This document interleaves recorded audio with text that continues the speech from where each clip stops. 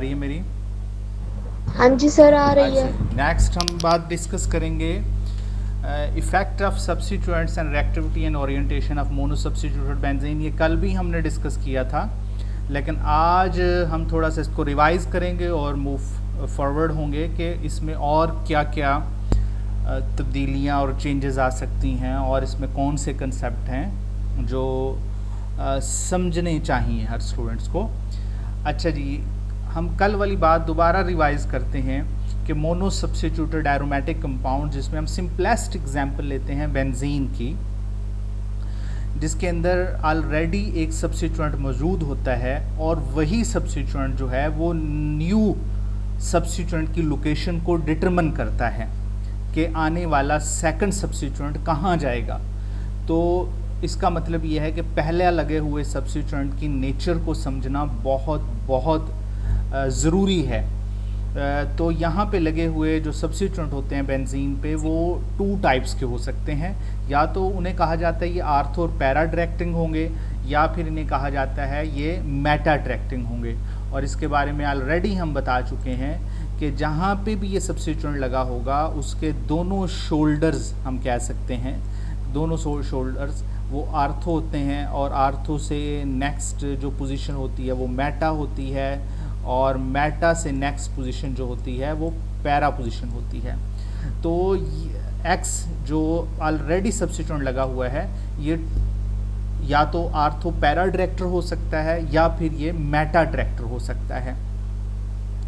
अच्छा, जो आर्थो और पैरा डायरेक्टर्स होते हैं उन्हें हम एक्टिवेटर्स भी कहते हैं। आर्थो और पैरा डायरेक्टर्स को एक्टिवेटर्स भी कहते हैं इसका। और जो मेटा डायरेक्टर्स होते हैं वो सारे के सारे डीएक्टिवेटर्स होते हैं। अब इसमें अगर हम बाउंड्री खींच दें तो ये वो कंपाउंड हैं, सॉरी ये वो ग्रुप्स हैं जो अगर बेंजीन रिंग पे लगे हुए हों एक्स की जगह पे, अल्काइल ग्रुप हो, बेंजीन हो, अमाइड ग्रुप हो, या फिर एस्टर हो, अल्कॉक्सी ग्रुप हो, अमीनो हाइड्रोक्सी ग्रुप हो, ये सारे के सारे एक्टिवेटर्स हैं।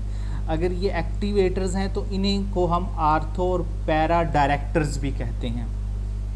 और जो डीएक्टिवेटर्स हैं, जिसमें एक हैलोजन का केस स्पेशल है जिसको ग्रीन कलर से रिप्रेजेंट किया गया है, ये तो है तो डीएक्टिवेटर, लेकिन आर्थो और पैरा डायरेक्टर्स भी है। अदरवाइज जो ब्लू कलर से आपको शो किए जा रहे हैं ये सारे के सारे स्ट्रांगली डीएक्टिवेटर्स हैं, और जितने भी स्ट्रांगली डीएक्टिवेटर्स हैं वो मेटा डायरेक्टर्स ग्रुप होते हैं।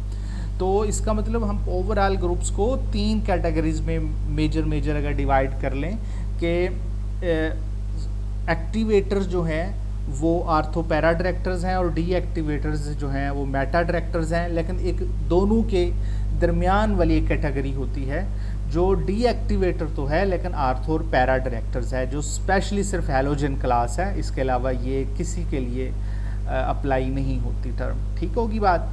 अच्छा, एक्टिवेटर्स के अंदर भी हम देखते हैं कि तीन ऐसे ग्रुप हैं जो स्ट्रांगली एक्टिवेटर्स हैं, जैसे अल्कॉक्सी ग्रुप है, अमीनो ग्रुप है, हाइड्रोक्सिल ग्रुप है, इनको हम स्ट्रांगली एक्टिवेटर्स कहते हैं। बाकी जो ग्रुप हैं इसमें amide, aromatic aryl groups, alkyl group या एस्टर ग्रुप, ये मॉडरेटली एक्टिवेटर ग्रुप हैं, स्ट्रांगली नहीं कह सकते।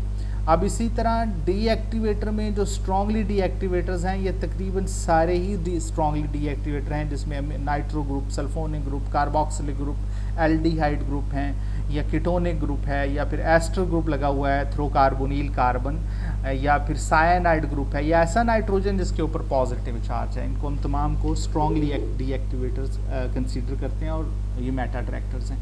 अच्छा जी, अल्काइल ग्रुप देखें, मिथाइल जो है वो अल्काइल ग्रुप होता है, और ये अल्काइल ग्रुप जो है वो डेफिनेटली एक्टिवेटर है, लेकिन वीकली डीएक्टिवेटर है, लेकिन है तो एक्टिवेटर। जो एक्टिवेटर है वो आर्थो और पैरा डायरेक्टर हैं। तो इसी वजह से जब हम इसकी हेलोनेशन करवाएंगे या आर्थो पे होगी या फिर इसके पैरा पे होगी या फिर दोनों पे ही हो जाती है।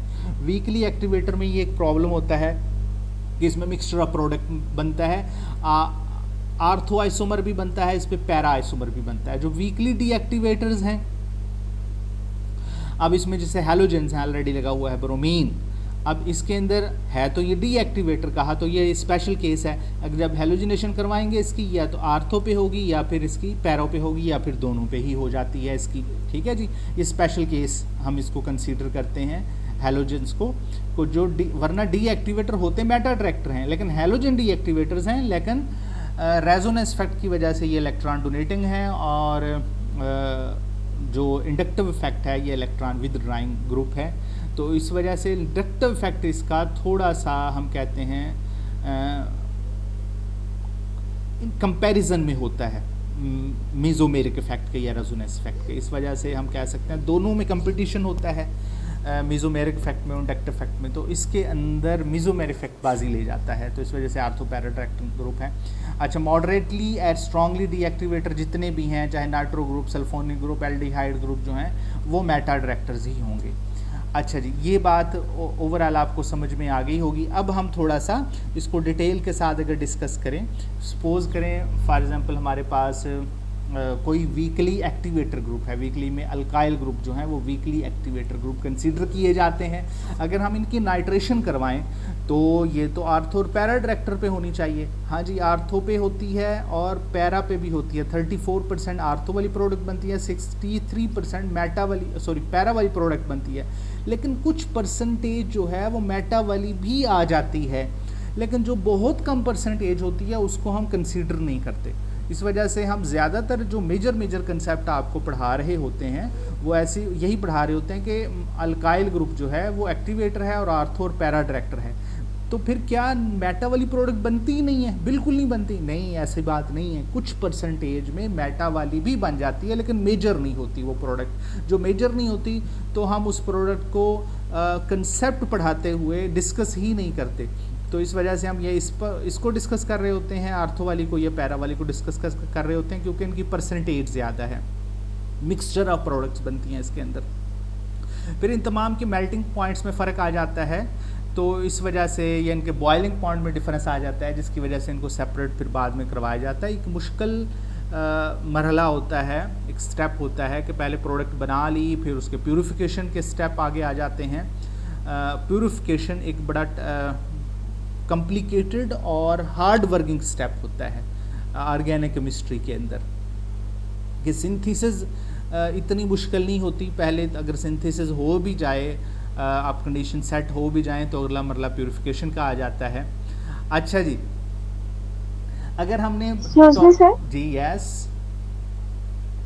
सर जो ये पीछे वाला रिएक्शन खड़ा है, ये वाला नाइट्रोटोलुएन वाला, यस जी सर, इसके अंदर ट्राई नाइट्रोटोलुएन जिसको हम पिक्रिक एसिड भी बोलते हैं, वो भी तो बन सकता है। उसकी क्या परसेंटेज होगी? यहाँ अगर हमने वो बनाना है तो उसके लिए हमें कंडीशंस चेंज करनी पड़ेंगी। वेरी गुड, आपने बहुत अच्छा क्वेश्चन किया। ये देखें, इसमें कंडीशन देखें, रूम टेम्परेचर वाली हैं। अगर कुछ कंडीशन ना लगी हो यहाँ पे, तो इसका मतलब ये होता है कि ये रूम टेम्परेचर पे यही बनेगी जो आप कहती हैं ना ट्राई नाइट्रोटोलीन, ठीक है ना, ट्राई नाइट्रोटोल। वो ट्राई नाइट्रोटोलीन तब बनता है जब इसके साथ ये साइन लगा दिया जाए हीट का।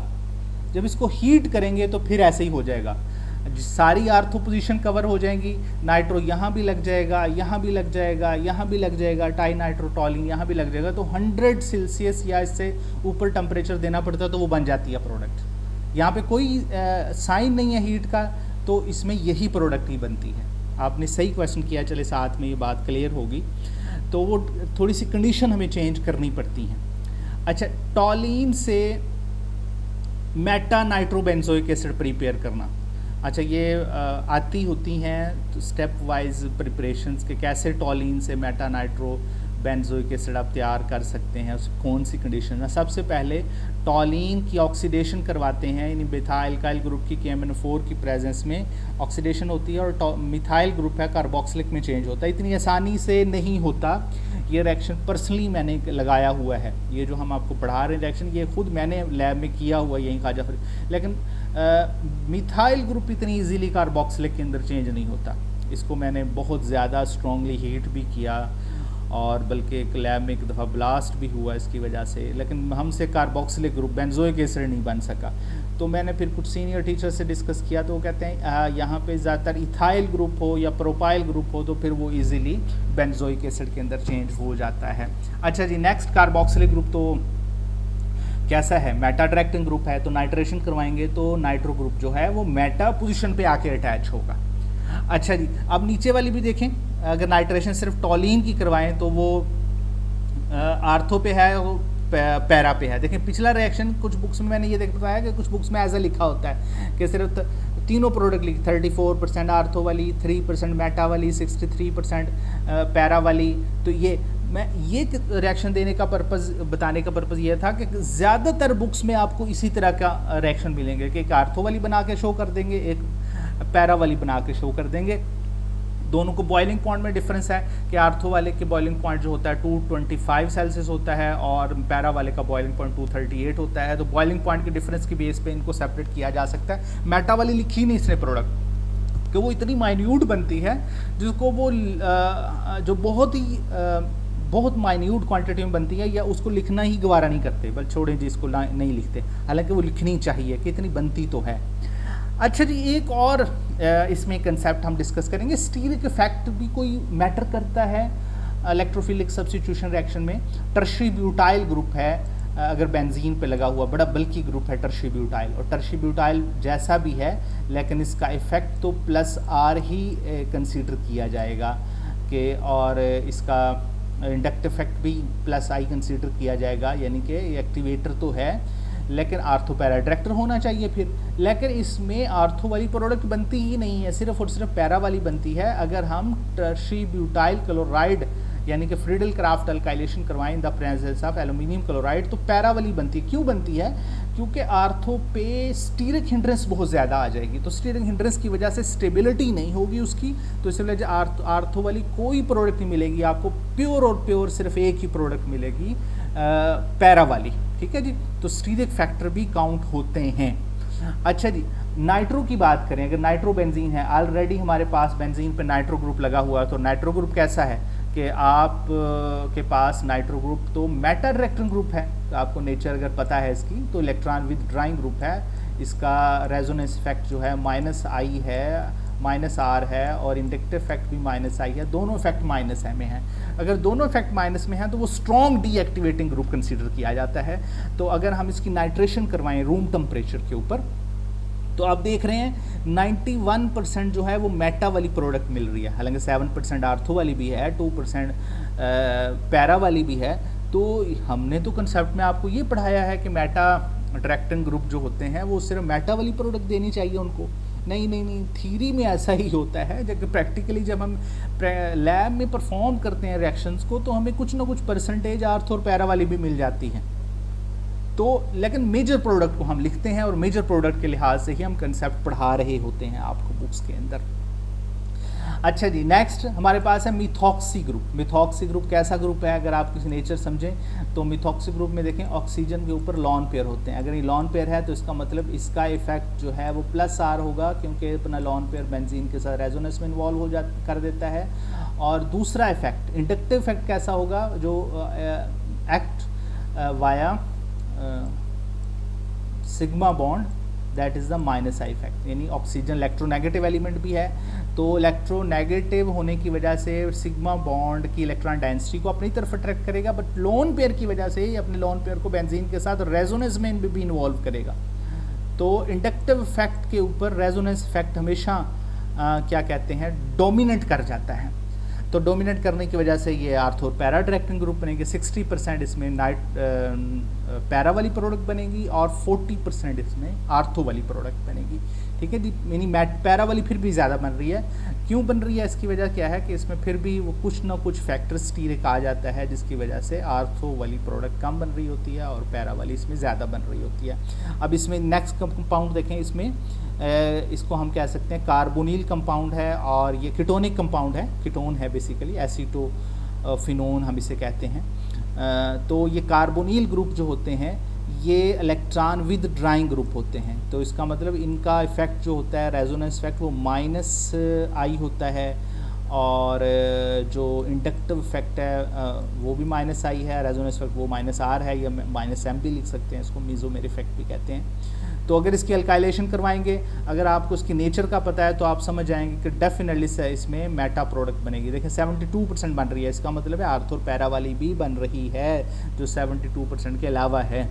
लेकिन वो हमने लिखी नहीं यहाँ पे। जितनी प्रोडक्ट हम मेटा वाली प्रेफरेबल बनती है, जो मेजर बनती है, उसको हम लिख देते हैं। नेक्स्ट प्रोडक्ट आप खुद बनाइएगा, आपके लिए क्वेश्चन है कि क्या बनना चाहिए यहाँ पे, वो हमें बना के शो कीजिएगा। अच्छा, CF3 यानी कार्बन के साथ 3 फ्लोरीन लगे हों। फ्लोरीन तो बहुत हाईली इलेक्ट्रोनेगेटिव एलिमेंट हैं, तो इनका इफेक्ट कैसा होगा? इनका इफेक्ट होगा -R और -I, यानी कि रेजोनेंस इफेक्ट के थ्रू भी इलेक्ट्रॉन विदड्राइंग है और इंडक्टिव इफेक्ट के थ्रू भी इलेक्ट्रॉन विदड्राइंग ग्रुप है। तो क्या कैसी प्रोडक्ट बनी चाहिए? तो मेजर में तो मेटा वाली ही बनती है, तो 85 to 95% जो है वो मेटा वाली ही बनती है, 95%। तो 5% में आर्थ और पैरा वाली बन रही होती हैं, लेकिन वो बहुत माइन्यूट क्वांटिटी में बनती हैं।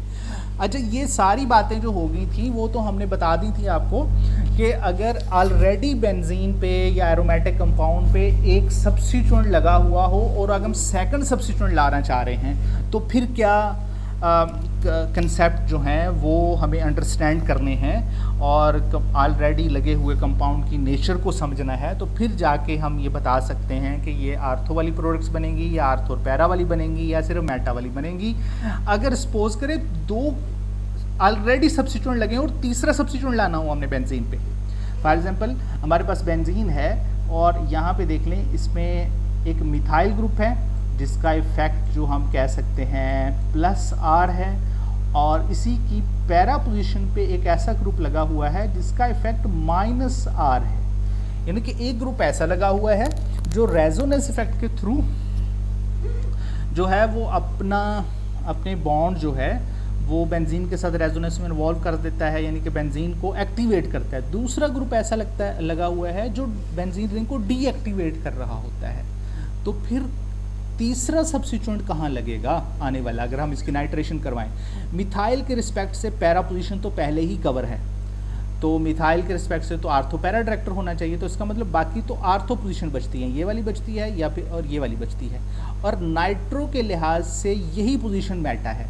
तो देखें, अगर नाइट्रेशन करवा रहे हैं तो नाइट्रेशन इसी पोजीशन पे हो रही है। क्यों हो रही है? क्योंकि ये पोजीशन दोनों सब्स्टिट्यूएंट को सेटिस्फाई कर रही है।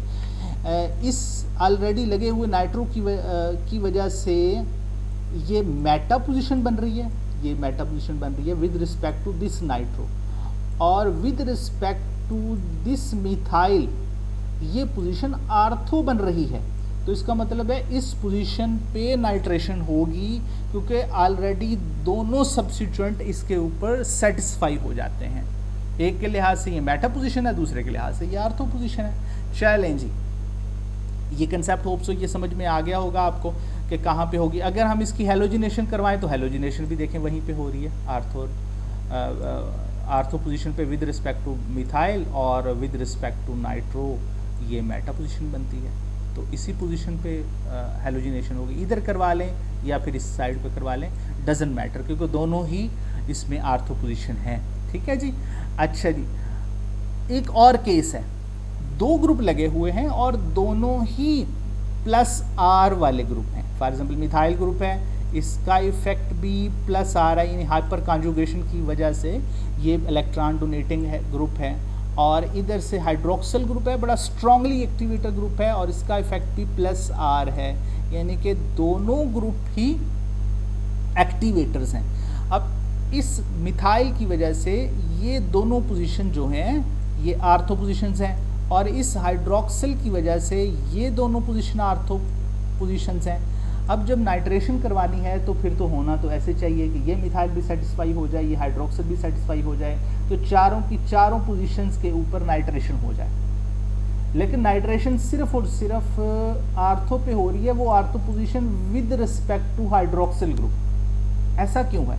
इसमें अब कंसेप्ट समझने की बात है, वो ये है कि methyl group weekly activator group है और हाइड्रोक्सिल ग्रुप जो है वो स्ट्रांगली एक्टिवेटर ग्रुप है। तो हुक्म उसी का चलता है रिंग के ऊपर एरोमेटिक कंपाउंड पे जो स्ट्रांग होता है। तो जो स्ट्रांग एक्टिवेटर चाहता है आने वाला सब्स्टिट्यूएंट वहीं पे लगता है। तो hydroxyl group strongly activator group है, तो इसी की बात मानी जाएगी। इसी वजह से नाइट्रेशन में नाइट्रो ग्रुप जो है वो आर्थो पोजीशन पे लगेगा with respect to hydroxyl group. ना कि with respect to methyl group, क्योंकि ये वीक इलेक्ट्रॉन डोनेटिंग ग्रुप है। अच्छा जी, ये भी हमने आपको समझा दिया, वही इस जैसा ही केस है। अच्छा, हमेशा एक्टिवेटर ग्रुप, अब इसमें एक बात फाइनल हम रिजल्ट दे रहे हैं कि एक्टिवेटर ग्रुप विन करते हैं हमेशा। अगर एक एक्टिवेटर हो, एक डीएक्टिवेटर ग्रुप्स हों और मुख्तलिफ पोजीशन पे लगे हुए हैं, फॉर एग्जांपल सायानाइड है ये वाला, और सायानाइड ग्रुप जो है वो इसका इफेक्ट -R होता है, और यहाँ पे नाइट्रोजन है, ये वीकली एक्टिवेटर है तो एक्टिवेटर ना, तो इसका +R इफेक्ट है।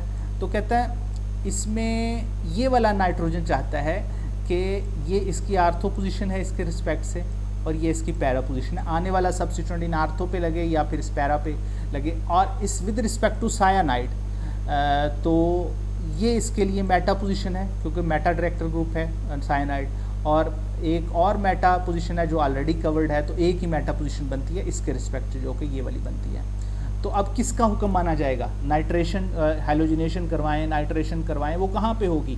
वो कहते हैं वो यहाँ पे होगी पैरा पोजीशन पे with respect to this group. अच्छा, फिर इसके बाद या फिर हेलोजिनेशन होगी इस पोजीशन पे, that is the ortho position with respect to this. ठीक है जी, इस पोजीशन पे नहीं होती, ये भी आर्थो है, बेसिकली ये भी आर्थो पोजीशन बनती है। दो सब्स्टिट्यूएंट के दरमियान में स्टीरिक हिंड्रेंस है, जिसकी वजह से ये वाली आर्थो पोजीशन कवर नहीं होती कभी भी, तो ये वाली प्रोडक्ट नहीं बनती। तो ये एक आर्थो वाली प्रोडक्ट ये बनती है, एक पैरा वाली ये बनती है। तो सायानाइड की वजह से तो हेलोजिनेशन यहाँ भी होनी चाहिए इस जगह पे भी, लेकिन डीएक्टिवेटर का हुक्म नहीं चलता, हमेशा एक्टिवेटर का हुक्म चलता है। अगर पोजीशन चेंज हो और दोनों ग्रुप लगे हुए हों, एक एक्टिवेटर है और डीएक्टिवेटर है, तो एक्टिवेटर ऑलवेज विन, डीएक्टिवेटर कभी नहीं विन करता, यानी कि एक्टिवेटर की बात मानी जाती है, डीएक्टिवेटर की कभी बात नहीं मानी जाती। तो सब्स्टिट्यूशन हमेशा एक्टिवेटर के लिहाज से लगते हैं। ठीक है, ये कुछ और भी एग्जाम्पल्स हैं, इनको थोड़ा सा समझिएगा। वही बात है सारी की सारी कि अगर दो ग्रुप हैं, एक एक्टिवेटर है और डीएक्टिवेटर है, या फिर एक स्ट्रॉन्ग एक्टिवेटर है, एक वीकली एक्टिवेटर है, तो स्ट्रॉन्ग की बात ही हमेशा मानी जाती है। ठीक है जी। अच्छा जी, एक यहाँ भी देख लें, यहाँ इस जगह पे भी कि मिथाइल ग्रुप एक्टिवेटर है और हैलोजन ग्रुप जो है वो डीएक्टिवेटर है लेकिन आर्थो पैरा डायरेक्टर है। यहाँ भी देख लें कि नाइट्रेशन जो हो रही है वो आर्थो पोजीशन पे हो रही है, ठीक है, with respect to methyl group, और मेजर प्रोडक्ट है 58%। क्लोरीन जो है ये भी आर्थो पैरा डायरेक्टर है लेकिन डीएक्टिवेटर है, इसके रिस्पेक्ट से भी आर्थो पोजीशन पे नाइट्रेशन हो रही है लेकिन उसकी परसेंटेज कम है। दोनों ही बेचारे, एक वीकली डीएक्टिवेटर है, एक वीकली एक्टिवेटर है, तो इसलिए दोनों ही वीक हों तो फिर दोनों को ही सेटिस्फाई किया जाता है, लेकिन फिर भी एक्टिवेटर जो है वो थोड़ा सा बाजी ले जाता है डीएक्टिवेटर के ऊपर, कि परसेंटेज जो है प्रोडक्ट की वो एक्टिवेटर के लिहाज से ज़्यादा बन रही होती है और जो डीएक्टिवेटर है वो उसके लिहाज से कम बन रही होती है। ठीक है जी, होप सो ये आपके लिए असाइनमेंट्स हैं, इनको फिल करने की कोशिश कीजिएगा कि आपको ये प्रोडक्ट्स बनानी आती हैं। अगर आपको ये कंसेप्ट है तो आपको ये प्रोडक्ट्स ज़रूर बनानी आ जाएंगी। अगर आपने ये लेक्चर तवज्जो से सुन रहे हैं मेरा, तो आप बना लेंगे और ये बना के मुझे सेंड कीजिएगा। ये कुछ प्रोडक्ट्स हैं, इसमें सिर्फ हम प्रोडक्ट्स पे बनाई हुई हैं, सिर्फ कंडीशन मेंशन करनी है यहाँ पे कि आप ये कंडीशन मेंशन कर सकते हैं कि ये प्रोडक्ट्स कैसे बनेंगी। तो मैं आपसे उम्मीद करता हूँ कि आप ये असाइनमेंट खुशी से, अपनी खुशी से इसको समझ लें, बर्डन ना समझें, इसको फिल करके, इसको सॉल्व करके मुझे सेंड ज़रूर करेंगे।